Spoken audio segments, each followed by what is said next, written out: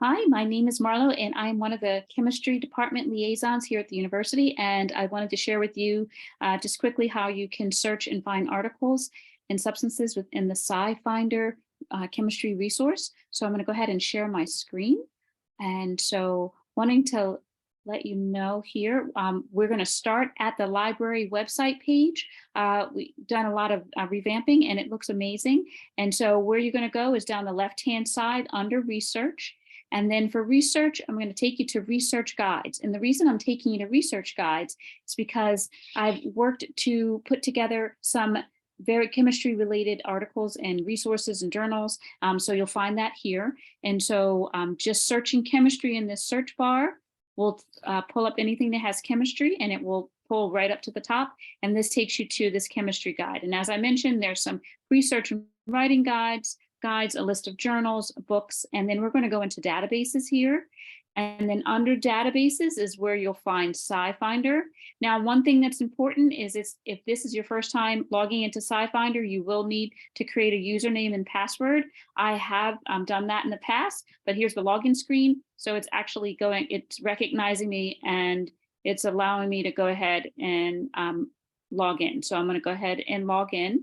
Once you've done that, this is going to take you page of the SciFinder, and just notice over here, these are all of your options. You can look for substances, reactions, suppliers. There's quite a lot. It defaults to references because they're looking for articles. And in this search bar, you can actually put in the keywords of what it is that you're looking for. So here we're going to look for diabetes and insulin. And just like if we were searching from the library webpage or another database, we're just using our Boolean operator, which is joining these two concepts together. And we're going to go ahead and hit this blue button for search.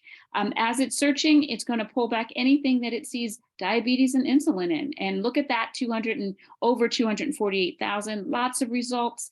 And it's highlighting, so you know that you're getting back some items that are talking about the keyword that you entered in or the topic that you put in. That's a lot of resources, so you can filter them by going down this left-hand side. You can filter by document type, by language, by when it was published. That's very important. And in the sciences, you don't want things that are too old unless you're looking historically. You can search by concept. You can search by publication name. So that is really helpful. Here, we'll limit it to English, and it's going to go ahead and try and search for limiting that down. And then we can also search for something very specific. We'll look for journals. As you can see, you can also search for patents, but we're just going to look for journals. It doesn't adjust the numbers by too much for us, but for what we're doing here, that's okay. We're going to go ahead into this record, and in the record, you'll see there's lots of options for you where you can have the ability to look at the full text. So if you wanted to look at the whole article after you've read this abstract and it seems like it's something that you need, that's really important and helpful for you to look at the abstract. You can actually see how many other articles have cited this particular article, which is quite a lot.